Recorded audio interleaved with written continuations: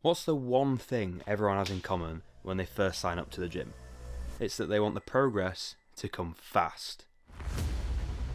Now there's a slight problem with this, and it's something that impacts absolutely everybody. And what I'm talking about is ego lifting, sticking a weight on the bar that's far too heavy for your current strength level as a means to prove to yourself that you're making really solid progress. But the real problem lies in the negatives associated with ego lifting. Let's use myself as an example.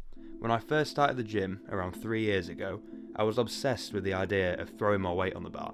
Even in that same week, I'd try beat my last workout's weight. Now this sounds pretty good on paper. Progressive overload, right? Not really.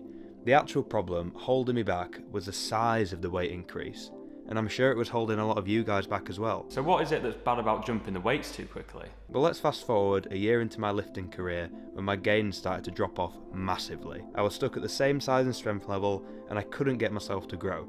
Even worse, I started to form some injuries. And I'm not surprised. Take a look at this awful deadlift. Literally an RDL. I began to drop the weight on all my exercises and shift my focus towards form. This was around the turning point when I discovered what's called the mind-muscle connection, and it turns out I was missing out on so much progress not using this. Here's an example from this 2021 study, where a mix of 25 males and females performed the bench press with 3 different cues. Squeeze the target muscle, push the bar towards an object above the target muscle, and push the bar towards the ceiling.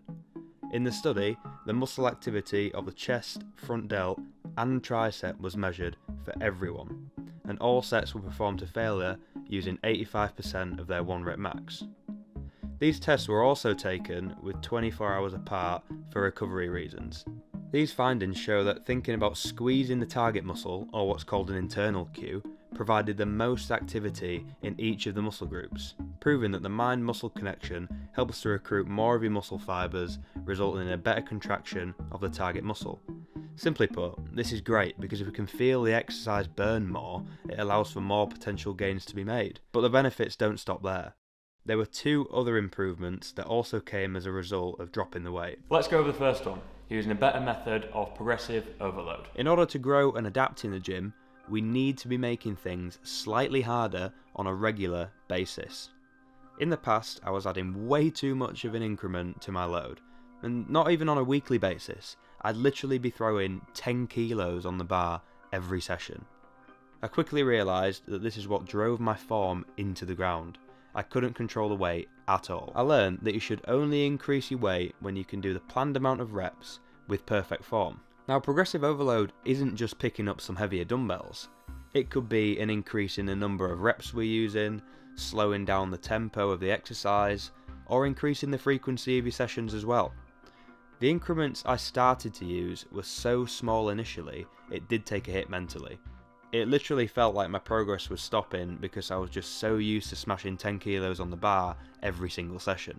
I really doubted myself that this was the right path in the first few weeks, but I kept telling myself that it's going to pay off in the long run, and it definitely did.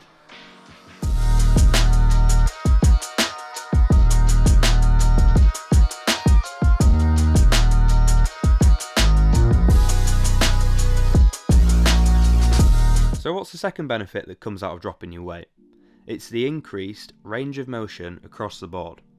Usually, when we load an exercise too heavy, our bodies tend to compensate by shortening the range of motion, just so we can get the rep done. Now this not only looks really stupid, but we're missing out on the massive benefits of training with that extra range. So when we do train in the full range of motion, our workload is actually increased.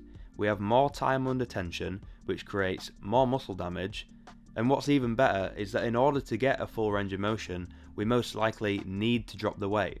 This reduces joint stress, resulting in less injury and more time training. So what did dropping the weight actually teach me?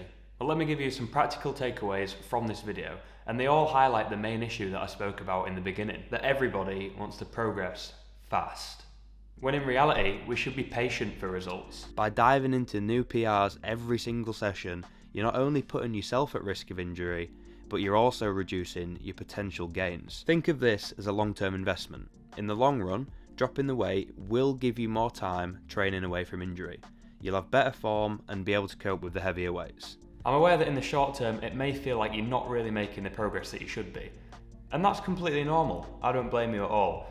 But just stick it out, and I'm sure that you'll find progress not only in the long run, but you'll also make better gains overall. I know there's so much more about making progress in the gym, and that's why I made this next video here that you should definitely go watch. These tips alone will make it so much easier for you to make some good progress. I'll see you there.